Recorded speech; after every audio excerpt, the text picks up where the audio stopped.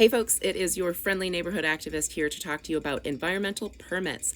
So if you are battling an AI data center or other unwanted heavy industrial development in your community, you may be wondering what environmental permits are going to be required for the project, who regulates them, and how to track and find out about them. So we're going to rattle through that very briefly right now, beginning at the local county level. You're going to want to look out for soil erosion and sediment control permits, or SESC permits.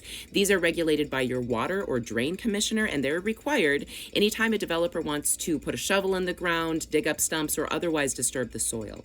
Moving on to the state level, Michigan Department of Energy, Great Lakes and Environment, or EGLE, regulates air quality and water quality. So that includes water usage. Any withdrawal of over 2 million gallons of water per day will require a water withdrawal permit. It also regulates wetlands. So the presence of any wetlands, rivers, lakes, streams, or nearby adjacent impacts of those from the project will require a permit from EGLE. I encourage you to use EGLE's wetlands inventory mapping tool. If you just give that term a Google, you should be able to find it. You can locate your project on the site, and you can see whether or not there are any registered wetlands, lakes, or streams on the project, which will have an impact in their environmental permitting process.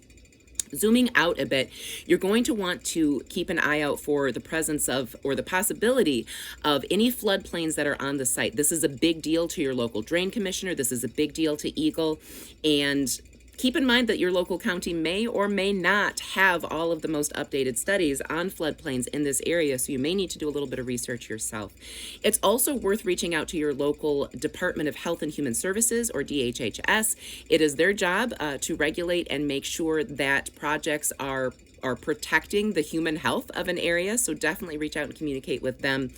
Last, you're going to want to take a look out for endangered species. Now, keep in mind that the enforcement of endangered species laws, yes, these are federal laws, but the enforcement just really hasn't been there the last few years. However, some good media work combined with the presence of endangered species on the site can prompt enforcement. So that's definitely something to keep in your back pocket and to remain aware of.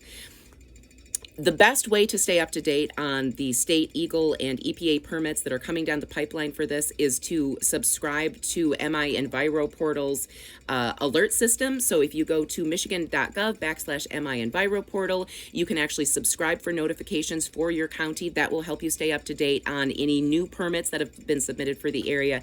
And if you want to know more, we've written up a whole guidebook for you on our website at idraofmi.org. Remember, Michigan, keep it up. It's working.